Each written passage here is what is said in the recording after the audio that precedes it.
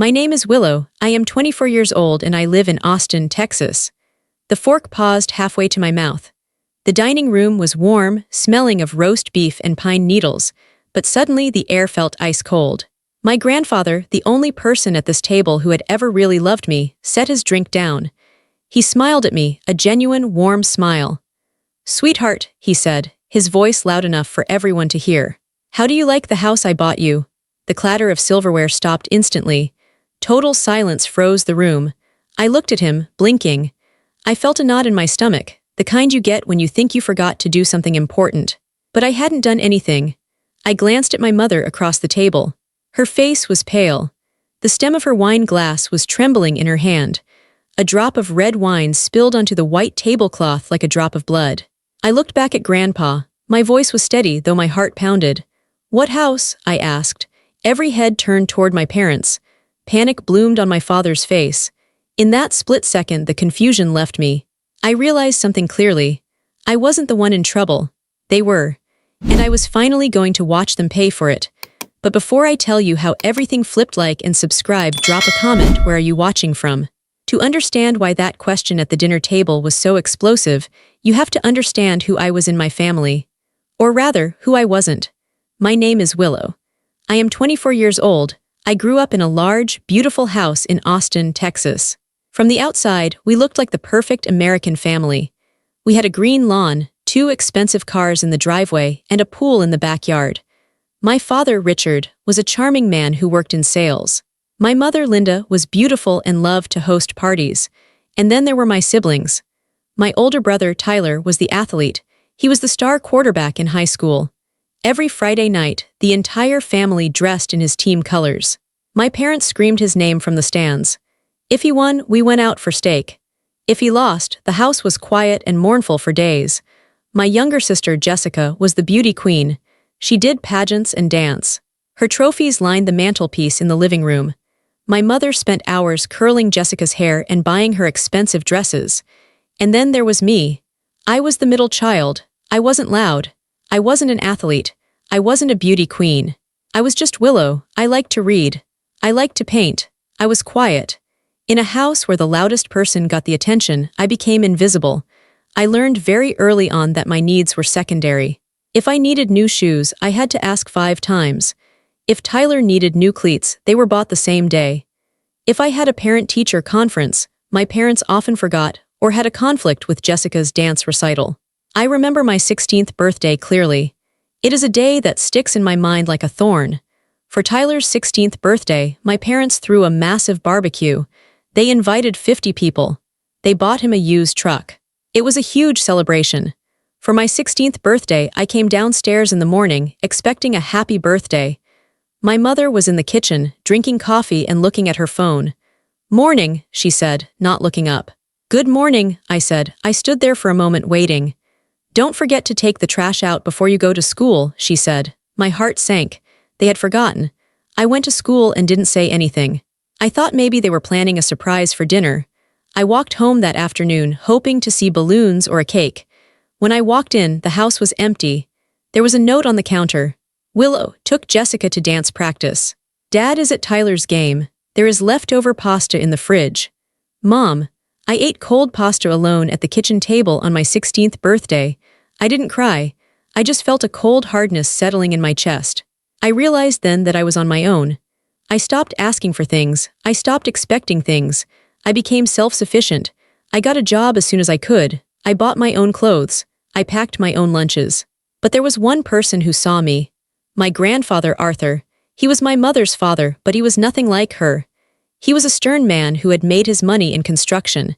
He valued hard work and honesty. He didn't care about beauty pageants or football scores. He cared about character. Every Sunday, we went to Grandpa's house for lunch. It was the only time all week I felt like a real person. While my parents bragged about Tyler's touchdowns or Jessica's trophies, Grandpa would look at me. "Willow," he would say, "tell me what you're reading." And he would actually listen. He looked me in the eye, he asked questions. He made me feel like my thoughts mattered. One afternoon when I was 18, I was sitting on his porch helping him sort through some old tools. "You're the smart one, Willow," he told me. I looked up, surprised. "I'm not the smart one, Grandpa. Tyler got into a big university. Jessica is popular.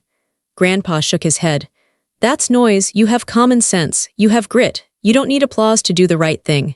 That makes you strong. He leaned in close. I worry about your parents, he said. They spend money they don't have. They live for the show. But you live for what's real. I'm going to make sure you're taken care of, Willow. I promise you that. I didn't know what he meant at the time. I just thought he meant he would always be there for me. I went to college, paid for mostly by student loans and scholarships I earned myself. I moved out of the house and rarely went back. The dynamic never changed. My parents called me only when they needed something, usually a free dog sitter or someone to help clean before a party. I accepted it. I thought this was just how life was. Some people are golden, and some people are invisible. I was content being invisible because I had my independence. But I didn't know that my invisibility made me a target. I didn't know that because I was the quiet one, my parents thought I was the stupid one. They thought I wouldn't notice. It started with small things. Things so small that if you weren't paying attention, you would miss them. But I had spent my whole life watching from the sidelines. I was good at noticing things. I was 24 years old. I was working as a graphic designer and living in a small apartment about 20 minutes away from my parents' house. I was saving every penny I could, hoping to buy a small condo one day. One Tuesday, I stopped by my parents' house to pick up a box of old winter coats I had left in the attic. I let myself in with my key. The house was quiet. My dad's car was in the driveway, which was strange for a Tuesday morning. He usually was at the office. I walked into the kitchen. My dad was standing by the trash can. He was holding a stack of mail. He looked up startled when I walked in. Willow, he said. His voice was too loud. I didn't hear you come in. I just came for my coats, I said. Why aren't you at work? Took a personal day, he said quickly. He shoved the mail he was holding deep into the trash can. Not on top, he pushed it down under the coffee grounds and eggshells. Okay, I said slowly. I'll just go up to the attic. I'll get it for you, he said. He rushed past me, blocking my path to the hallway. You sit down, I'll go up. It was weird. My dad never volunteered to climb the attic stairs, but I sat down. While he was upstairs, I looked at the mail on the counter. It was the usual stuff, bills, catalogs, but then I looked at the trash can. My curiosity got the best of me. I walked over and peeked inside. I saw the corner of a white envelope sticking out from under a banana peel. It had my name on it, Miss Willow Bennett. I reached in and pulled it out. It was dirty, but I could read the return address. It was from an insurance company. Title insurance, it said. Why was I getting mail about title insurance at my parents' house? I didn't own a home. I rented. I heard my dad's heavy footsteps coming down the stairs. I quickly shoved the envelope into my purse. When he came into the kitchen with the box of coats, he was sweating. Here you go, he said, smiling a fake smile. Don't stay too long, your mother and I have a lunch reservation. Dad, I said, trying to sound casual. Did I get any mail here recently? I'm waiting on a new credit card. He froze just for a second.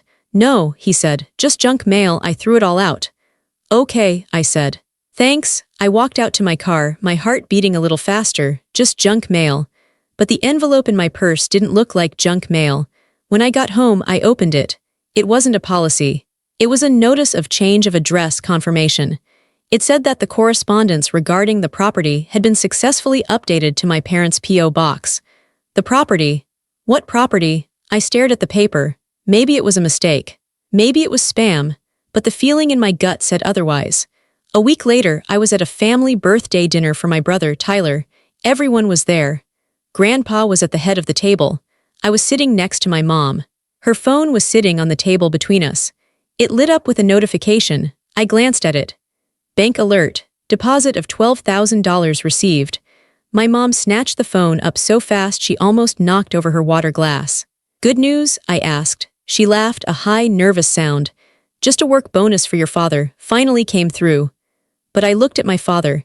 He was talking to Tyler, looking tired and worn out. He had told me a month ago that sales were down and he was worried about layoffs. Now suddenly there was a bonus. Later that evening, I was helping clear the table. I walked into the hallway and heard my parents whispering in the laundry room. We have to pay the credit card off first, my mom hissed. No, we need to pay the loan shark back, my dad whispered back. If we don't, we're in deep trouble. It's fine, Mom said. We have the money now. He won't know. She might know, Dad said. She doesn't know anything, Mom snapped. She's clueless, she never asks questions. I stopped breathing. Were they talking about me? I backed away quietly and went into the bathroom. I locked the door and looked at myself in the mirror. She's clueless. She never asks questions. They were banking on my silence. They were counting on the fact that I was the good daughter who never caused drama. I remembered the envelope. I remembered the weird behavior. I remembered Grandpa promising me he would take care of me. A cold thought entered my mind, a thought so terrible I didn't want to believe it. Grandpa was old. He had started giving away some of his assets to save on taxes. He had bought Tyler a car. He had paid for Jessica's wedding. Had he given me something I didn't know about? And if he had, where was it? I needed proof. I wasn't going to confront them without ammunition. If I asked them, they would lie. They would gaslight me. They would tell me I was crazy, just like they always did when I expressed my feelings. I needed to get into my father's home office. My dad had a heavy oak desk in his office. He kept the top drawer locked. He always said it was for client privacy. But I knew he kept the family documents in there. Birth certificates, passports, deeds. I waited for the perfect opportunity. 2 days later, my parents posted on Facebook that they were driving to Dallas for the weekend to visit friends. I knew the garage code. I knew the alarm code. I drove over on Saturday morning. The house felt empty and hollow. I walked straight to the office. The door was open, but the desk drawer was locked. I didn't panic. I knew my father. He was a creature of habit. He hid keys in predictable places. I checked under the lamp. No, I checked in the pencil cup. No, I checked the top shelf of the bookshelf inside a fake book that looked like a dictionary. There it was, a small silver key.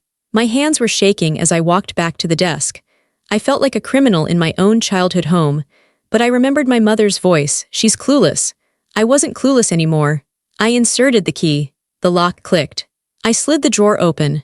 It was messy, papers everywhere, unpaid bills, threatening letters from credit card companies. My parents were broke. I realized that immediately. They were drowning in debt. I dug deeper past the bills. At the very back of the drawer under a checkbook was a thick blue folder. It had a sticky note on it in my dad's handwriting. Do not touch. I opened it. The first document was a warranty deed. Grantor, Arthur J. Miller, my grandfather. Grantee, Willow Marie Bennett. I gasped. The air left my lungs. Grandpa had bought a house for me. I read the date. He had transferred the deed 3 years ago. It was a small house in a nice neighborhood in Austin, a rental property. It was fully paid off. Grandpa had bought it cash. He must have meant for the rental income to help me or for me to have a place to live when I was ready. I flipped the page. There was another document. A general warranty deed with vendor's lien. Grantor, Willow Marie Bennett. Grantee, name of a stranger. It was a sale document. The house, my house, had been sold 6 months ago. I stared at the signature at the bottom. Willow Marie Bennett. It looked like my name, but the W was too loopy. The T's were crossed too high. It was a forgery. I felt sick, physically sick. My stomach churned. My parents had taken the deed Grandpa gave me. They had hidden it from me. And then, when they needed money, they forged my signature and sold the house. I looked at the settlement statement. Net proceeds to seller, $345,000. $345,000. That was life-changing money. That was my future. That was the security Grandpa wanted me to have, and they had stolen it. I looked further in the file. I found bank transfer records. The money hadn't gone into an account in my name. It had gone into a joint account my parents controlled, an old account from when I was a minor that I thought was closed. They had funneled the money out and spent it. I saw receipts. They paid off their credit cards. They paid for Tyler's wedding. They bought the new car sitting in the driveway. They were driving my house. They were wearing my house. I sat in my father's leather chair and stared at the wall. I didn't cry. The sadness was gone. It was replaced by a cold, white-hot rage. They stole from me, their own daughter, the one they ignored, the one they neglected. They didn't just overlook me. They actively preyed on me. They thought so little of me that they believed I would never find out. They thought I was too stupid, too passive, too nice to ever look in this drawer. I took out my phone. I didn't take the folder. If I took it, they would know I was onto them. They would have time to come up with a lie or hide the money that was left. Instead, I took photos. I took high-resolution photos of every single page. The deed, the forgery, the bank transfers. The dates, I photographed the fake notary stamp. I photographed the junk mail envelope I had saved. I put everything back exactly how I found it. I locked the drawer. I put the key back in the fake book. I walked out of the house. As I drove away, I looked at the house in the rearview mirror. It didn't look like home anymore. It looked like a crime scene. I drove home in silence. I didn't turn on the radio. My mind was racing, but it wasn't chaotic. It was focused. I sat at my kitchen table and printed out all the photos. I made a timeline. 3 years ago, Grandpa gifts me the house. 2 years ago, parents intercept the mail and hide the deed. 6 months ago, parents forge my signature and sell the house. Last week, parents receive the final payout and pay off their debts. I stared at the timeline. It was a felony, fraud, forgery, grand theft. If I went to the police, my parents would go to jail. I hesitated. Did I want to send my parents to prison? Then I remembered the cold pasta on my 16th birthday. I remembered the hushed whispers in the laundry room. She's clueless. They didn't care about me. They only cared about themselves. But I needed to be sure. I needed to be absolutely bulletproof. I called Grandpa's accountant, Mr. Henderson. I had met him a few times with Grandpa. He was a nice man. Mr. Henderson, I said when he answered. This is Willow Bennett, Arthur's granddaughter. Willow, he sounded delighted. How are you? I'm fine, I said. I have a question. Did he ever transfer a property to me? There was a pause on the line. Yes, of course, Mr. Henderson said. The rental on Oak Street. We transferred that years ago. Your father said he was handling the management of it for you until you got settled. Has he not been sending you the rent checks? My hand gripped the phone tight. No, I said calmly, he hasn't. That's odd, Mr. Henderson said. The house was sold recently, wasn't it? I assumed you wanted to cash out. Mr. Henderson, I said, I didn't sell the house. I didn't even know I owned it. Silence, long, heavy silence. Willow, his voice was serious now. You need to come to my office. Bring whatever you have. I went to his office the next day. I showed him the photos of the forged documents. Mr. Henderson looked at the papers, his face turning red. This is a sloppy forgery, he muttered. But it was enough to fool the title company if they had a corrupt notary. He looked up at me. Do you want to tell your grandfather? Not yet, I said. Christmas is in 3 days. Everyone will be there. You want to do it then? He asked. Yes, I said. I want them to look him in the eye when the truth comes out. Mr. Henderson nodded. I will prepare the official records. I'll have the original deed from our files. I'll have the proof that the money never went to you. I will have everything ready. Thank you, I said. I left his office and went to work. I acted normal. My mom called me that night. Willow, she said, sounding cheerful, just checking if you're bringing the green bean casserole for Christmas dinner. Yes, Mom, I said. My voice was steady. I'll be there. Great, make sure you're on time. We want everything to be perfect. Oh, don't worry, I said. It's going to be unforgettable. She didn't hear the edge in my voice. She just hung up. I spent the next 2 days preparing. I wasn't scared anymore. I felt powerful. For the first time in my life, I held the cards. They thought I was the weak one. They thought I was the victim, but victims cry, victims beg. I wasn't doing either. I was sharpening my knife. I went to visit Grandpa 2 nights before Christmas. I sat him down in his study. Grandpa, I said, I need to show you something, and I need you to promise not to explode until I say so. I laid it all out. The photos. The forgery, the theft. I watched his face change. He went from confusion to shock and then to a dark, terrifying anger. His hands shook, not from age but from rage. They stole from you, he whispered. My daughter. She stole from her own child. Yes, I said. I will call the police right now, he said, reaching for the phone. I put my hand on his. No, I said. Not yet. I want to do it at dinner. I want everyone to see who they really are. They've spent their whole lives pretending to be perfect. I want to take the mask off. Grandpa looked at me. He saw the steel in my eyes. He nodded slowly. Okay, Willow, he said. We do it your way. So we made a plan, a script, and now here we are, Christmas dinner. The roast beef is on the table. The wine is poured. My parents are smiling, thinking they got away with the perfect crime. And Grandpa just asked the question. Sweetheart, how do you like the house I bought you? The trap is sprung. The 48 hours before Christmas dinner were the longest of my life. Time seemed to slow down. Every minute felt like an hour. I was walking around with a secret that was going to destroy my family, and the weight of it was heavy. After I left Grandpa's house that night, we had a plan.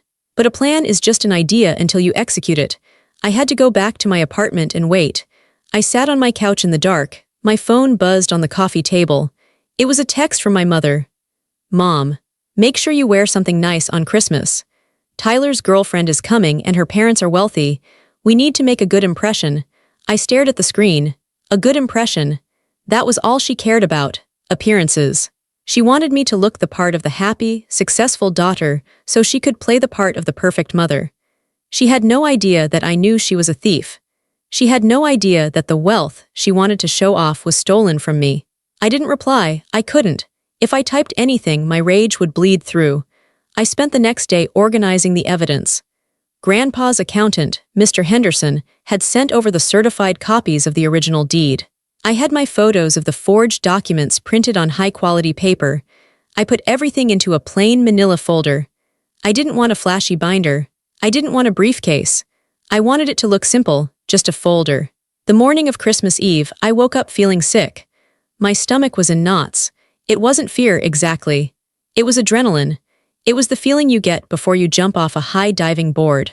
You know you have to jump, but your body wants to pull back. I drove to the mall. I needed an outfit. My mother wanted me to look nice. I decided I would look better than nice. I would look like an adult. I would look like someone who couldn't be pushed around. I bought a black dress. It was simple, sharp, and fitted.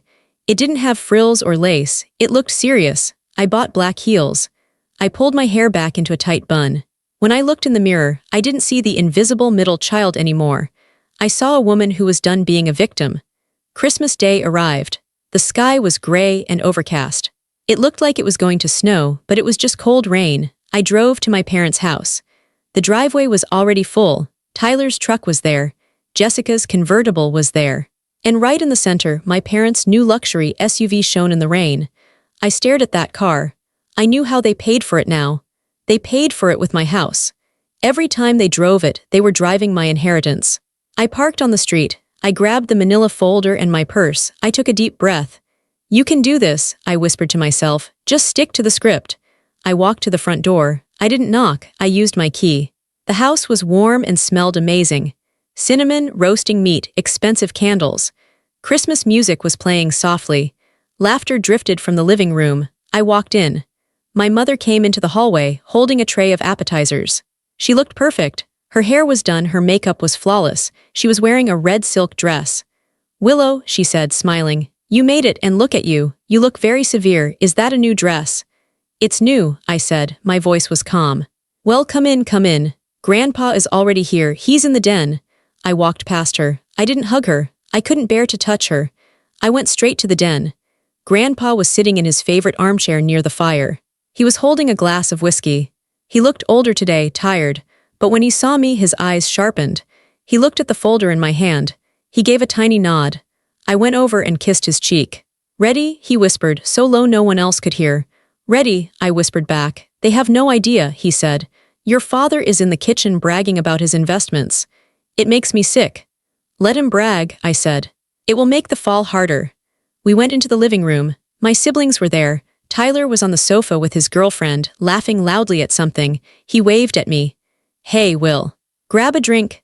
Jessica was showing off her new engagement ring to an aunt. It's 2 carats, she was squealing. I stood by the wall. I watched them. I felt like a ghost. For years, I had stood by walls at parties, wishing I could be part of the circle. Wishing I could be as loved as Tyler or as admired as Jessica. But today, standing by the wall felt different. I wasn't hiding. I was waiting. I was the hunter in the blind. My father walked in. He was wearing a cashmere sweater. He looked successful. He looked happy. Willow, he boomed. Merry Christmas, did you bring the green beans? They're in the kitchen, I lied. I hadn't brought anything. I didn't care. Good girl, he said. He patted my shoulder. I flinched. His touch felt like a burn. He didn't notice. He walked past me to pour himself a drink. Everyone, my mother called out. Dinner is served. Please take your seats. We moved to the dining room. The table was set beautifully. Crystal glasses, silver candlesticks, fine china. It was a scene from a magazine. I sat on the left side of the table. Grandpa sat at the head. My parents sat opposite me. Tyler and Jessica filled in the rest. The wine was poured. The soup was served. My father stood up to make a toast. He held up his glass. To family, he said. To another wonderful year of blessings. We are so lucky to have all of you here. We are proud of our children. We are thankful for this home. I watched him. He didn't stutter. He didn't blink. He toasted to family and blessings while he had a felony hidden in his desk drawer. The hypocrisy was so thick I could almost taste it. To family, everyone chorused. I raised my glass but didn't drink. We started eating. The conversation was the usual. Tyler talked about his job. Jessica talked about her wedding planning. My mother talked about the neighbors. No one asked me anything. I ate a small piece of potato. I waited. Grandpa cleared his throat. It was a loud, deliberate sound. The table went quiet. Grandpa was the patriarch. When he wanted to speak, people listened. He looked around the table. He looked at Tyler. He looked at Jessica. He looked at my parents. Finally, he looked at me. He gave me the signal. A slight narrowing of his eyes. I reached under my chair and pulled up the manila folder. I placed it on the table next to my plate. My mother frowned at the folder. Willow, honey, what is that? Not on the table, please. I didn't move it. Grandpa smiled. It wasn't a nice smile. It was the smile of a judge about to deliver a sentence. Richard, Grandpa said to my father. Linda. Yes, Dad, my mother asked. I have been thinking, Grandpa said slowly. About generosity. Generosity is a virtue, my dad said, nodding seriously. It is, Grandpa agreed. I have tried to be generous with all my grandchildren. I bought Tyler his first car. I paid for Jessica's wedding. We appreciate it, Grandpa, Tyler said, raising his glass. And, Grandpa continued, his voice getting harder, I bought Willow a house. The room went deadly silent. My mother froze. Her fork stopped halfway to her mouth. My father's face went gray. All the color drained out of it instantly. I'm sorry, Tyler said, confused. You bought Willow a house, when? Grandpa didn't look at Tyler. He kept his eyes locked on my parents. 3 years ago, Grandpa said, I bought a house on Oak Street, cash. I put it in Willow's name. It was supposed to be her security, her future. He turned to me. So, sweetheart, he asked, his voice ringing like a bell in the silent room. How do you like the house I bought you? The silence that followed his question was heavy. It felt like the air had been sucked out of the room. My mother's hand started to shake. The wine in her glass rippled. She set it down quickly, crying out as it clinked hard against the table. My father looked like he was going to vomit. He opened his mouth, but no sound came out. I looked at Grandpa, then I looked at my parents. What house? I asked clearly. I knew the answer, of course, but I had to play the part. I had to make them say it. The house on Oak Street, Grandpa repeated. I sent the deed to this house. Richard, you told me you gave it to her. All eyes turned to my father. He wiped sweat from his forehead. He stammered. I must have forgotten. Forgotten? Grandpa asked. His voice was rising now. You forgot to give your daughter a house. It's complicated, my mother interrupted. Her voice was high and shrill. Dad, this isn't the time, it's Christmas. This is exactly the time, I said. I opened the manila folder. The sound of the paper sliding was loud in the quiet room. I pulled out the first photo. I slid it across the table toward Tyler. What is this? Tyler asked. He picked it up. It's a deed, Willow Bennett. Signed 3 years ago. And this, I said, sliding the next photo, is a transfer of sale. Jessica picked that one up. Sold, she read.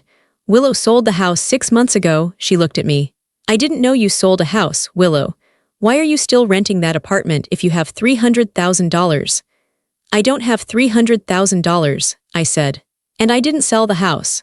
But your signature is right here, Jessica said, pointing to the paper. Look closer, I said. Jessica squinted. It looks weird. It's a forgery, Grandpa roared. He slammed his hand on the table. The silverware jumped. Richard, Linda, Grandpa pointed a shaking finger at them. Explain yourselves, my father stood up. Now hold on, Arthur, you're making a scene. A scene, Grandpa laughed. It was a bitter, angry sound. You stole a house, you stole from your own child. We didn't steal it, my mother cried. Tears started streaming down her face, ruining her makeup. We borrowed it, we were going to pay it back. Borrowed? I asked. I stood up too. I felt tall, I felt strong. You didn't ask me, you forged my name, that's not borrowing, that's fraud. We were in debt, my dad shouted. We were going to lose this house, we were going to lose everything. We had to do something. So you robbed me? I asked.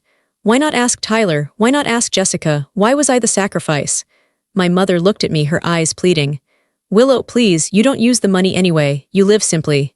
You don't need much, we needed it, we have expenses. Your father's business was struggling, we just needed to get back on our feet. The words hit me like a physical slap. You live simply, you don't need much. I live simply because I have to, I said, my voice shaking with suppressed rage. I live simply because you never helped me, you ignored me, and because I was quiet, you thought I didn't matter. You thought I was a resource you could harvest. It was a temporary loan, Dad insisted. I kept a record, I was going to pay you back with interest. Show me the record, I said. Show me the plan. He froze, he didn't have a plan. You spent it, I said. I saw the bank records. You bought this car, you paid for Tyler's wedding, you went on vacation. I looked at Tyler. He looked sick. He looked down at his expensive watch, realizing it might have been paid for with my money. You used my house to pay for everyone else's happiness, I said. We are a family, Mom screamed. Families help each other. Families don't commit felonies against each other, Grandpa said. His voice was deadly calm now. He reached into his jacket pocket. He pulled out his phone. What are you doing? Mom asked, panic rising in her voice. I am calling my lawyer, Grandpa said, and then I am calling the district attorney. Dad, no. Mom threw herself at him, grabbing his arm. You can't, we'll go to jail. You can't send your own daughter to jail. Grandpa pulled his arm away. He looked at her with total disgust. You didn't act like a daughter, he said. And you certainly didn't act like a mother. You are a thief. He dialed the number. He put the phone to his ear. Hello, Edward, it's Arthur. Yes, it's an emergency. I need you to file fraud charges. Yes, against Richard and Linda Bennett, tonight. My father collapsed into his chair. He put his head in his hands. My mother was sobbing loudly, hysterical wails that filled the room. Tyler and Jessica sat in stunned silence. They looked at me, then at our parents. Their world was crumbling. The perfect image of our family was shattering like glass. I stood there, watching them. I didn't feel sorry for them. I felt a strange sense of relief. The truth was finally out. The poison was being drained from the wound. Get out, Grandpa said to them, hanging up the phone. What? Dad looked up. Get out of my sight, Grandpa said. I don't want to look at you. This is our house, Dad said weakly. Not for long, Grandpa said. I'm freezing your accounts. And since you used stolen money to pay the mortgage, the lawyers will have a field day with this asset. Now get out. We haven't finished dinner, Mom wailed, completely detached from reality. Dinner is over, I said. I picked up my folder. I picked up my purse. I'm leaving, I said. Grandpa, are you coming? I certainly am, he said. He stood up, steadying himself on the table. I'm not staying under this roof another minute. We walked toward the door. Behind us, the sound of my mother's crying and my father's shouting filled the air. Tyler was yelling at Dad now. Is it true? Did you pay for my wedding with stolen money? The chaos was erupting. The detonation was complete. I opened the front door and stepped out into the cold rain. It felt cleansing. I took a deep breath. Grandpa stepped out beside me. He put his hand on my shoulder. I'm sorry, Willow, he said. I'm so sorry I didn't protect you sooner. You protected me today, I said. We walked to our cars. The Christmas lights on the house twinkled merrily, a stark contrast to the destruction happening inside. The weeks following Christmas were a blur of legal meetings and phone calls. The downfall of my parents was not quiet. It was loud, messy, and public. Grandpa didn't bluff. He followed through on everything. First, the police investigation. I had to give a formal statement. I sat in a sterile room at the police station and handed over my evidence. The detective was kind but direct. This is a significant amount of money, he said. It's a first-degree felony. My parents were arrested 3 days after Christmas. It made the local news. Local socialites arrested for defrauding daughter. The embarrassment destroyed them almost as much as the legal trouble. They lived for their reputation. Now, everyone in their country club, everyone at their church, everyone in their neighborhood knew what they were. They weren't the perfect family. They were frauds. My father lost his job. His company didn't want to be associated with someone accused of grand theft and forgery. My mother was shunned by her friends. The lunch dates stopped. The party invitations stopped. She called me from jail, begging me to drop the charges. Willow, please, she cried into the phone. I can't survive in here, I'm your mother. I held the phone, listening to her beg. You should have thought about that when you signed my name, I said. You didn't act like a mother then, you acted like a criminal. I'll pay you back, she promised. I'll sell my jewelry.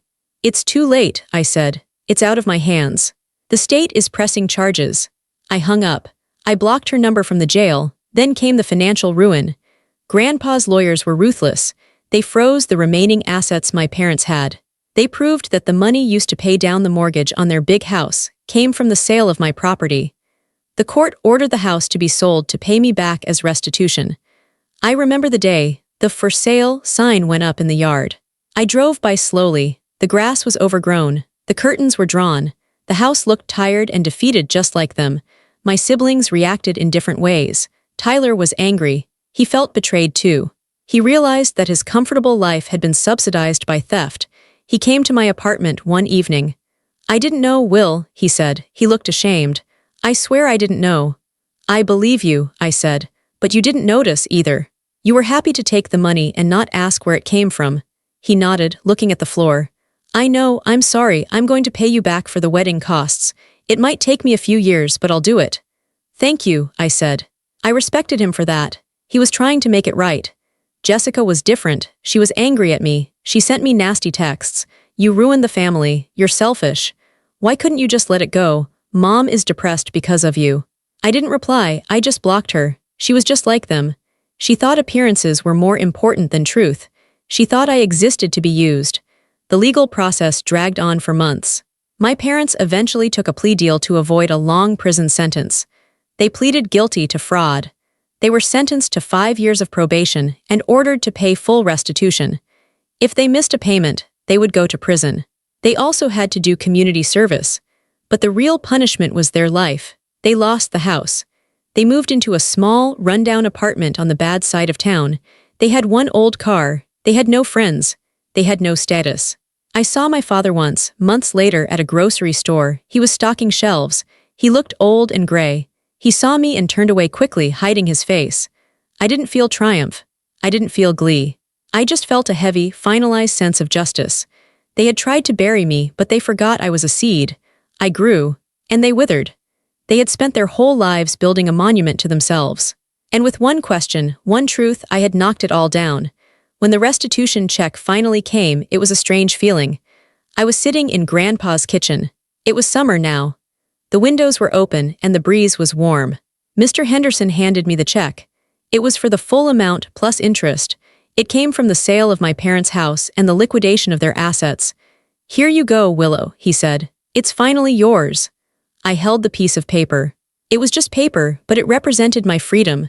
"Thank you," I said. Grandpa put his hand on mine. "What are you going to do with it?" I looked at him. "I'm going to buy a house," I said. "A real house. One that nobody can take away from me, and I'm going to start my own design studio. I'm quitting my job." Grandpa smiled. "Good, that sounds like a plan." I did exactly that. I bought a beautiful cottage on the edge of town. It wasn't a mansion. It was cozy.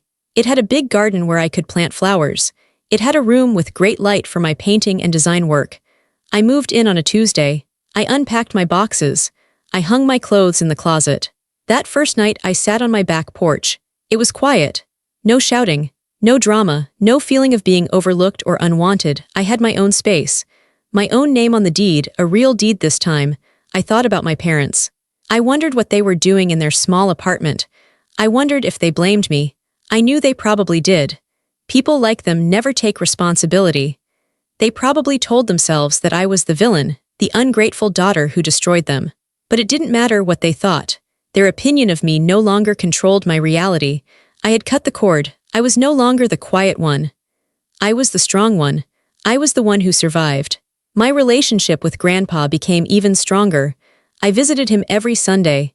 We didn't talk about my parents much. We talked about books, art, and the future. One Sunday he looked at me and said, "You know, Willow, I always knew you had fire in you. I just didn't know how big the fire was until Christmas." I laughed. "I surprised myself, Grandpa." "You handled it with dignity," he said. "You didn't scream, you didn't throw things, you just told the truth. That is true power." I realized he was right. I hadn't used violence. I hadn't used cruelty. I had used the truth. The truth is a mirror. I held it up to my parents, and they couldn't stand what they saw. I felt a deep sense of peace settle over me. The anger I had carried for months was gone. It had burned itself out. I forgave them. Not for them, I would never tell them that. I forgave them for me. I refused to carry the bitterness anymore. Bitterness is a heavy suitcase, and I was tired of dragging it around. I put it down. I walked away lighter. It has been 2 years since that Christmas dinner. My life is unrecognizable now. My design business is thriving. I have clients all over the city. I have new friends, people who like me for who I am, not for what I can do for them. I am dating a kind man named David. He is a teacher. He listens when I talk. He remembers my birthday. It feels strange, sometimes, to be treated with such care, but I am getting used to it. My parents are still serving their probation. I hear about them occasionally from a distant aunt. They are miserable. They blame the world for their misfortune. They still haven't apologized. I don't expect them to. Tyler has slowly rebuilt a relationship with me. We go for coffee once a month. He is learning to live without his parents' financial support. It's hard for him, but he's growing up. Jessica is still distant. She married her fiancé, but it was a small wedding. No one paid for a lavish reception. She is still angry that the fairy tale was interrupted. I don't mind. I don't need everyone to like me. I realized that for a long time, I defined myself by how my family treated me. I was the neglected one. I was the victim. But I'm not a victim anymore. I'm a survivor. Sometimes people ask me if I regret doing it. They ask if I regret blowing up my family. Don't you miss having parents? A friend asked me once. I thought about it. I thought about the cold pasta on my birthday. I thought about the junk mail lies. I thought about the theft. I didn't have parents, I told her. I had people who held me hostage. I don't regret it, not for a second. Revenge is a tricky word. It sounds violent. It sounds angry. But my revenge wasn't loud. It was quiet. It was the revenge of success. It was the revenge of happiness. Every morning, I wake up in my own house. I drink coffee in my sunny kitchen. I look out at my garden. I pay my own bills. I make my own choices. That is my revenge. I am free. I often think about that moment at the dinner table. The silence. The question, how do you like the house I bought you? It was the question that ended my old life and started my new one. Justice isn't always a gavel banging in a courtroom. Sometimes, justice is just standing up straight. Sometimes, justice is looking the liar in the eye and saying, I know. Justice isn't a fist, it's a mirror. And on that Christmas day, they finally saw themselves. And when I look in the mirror now, I see exactly who I am. I am Willow, and I am whole.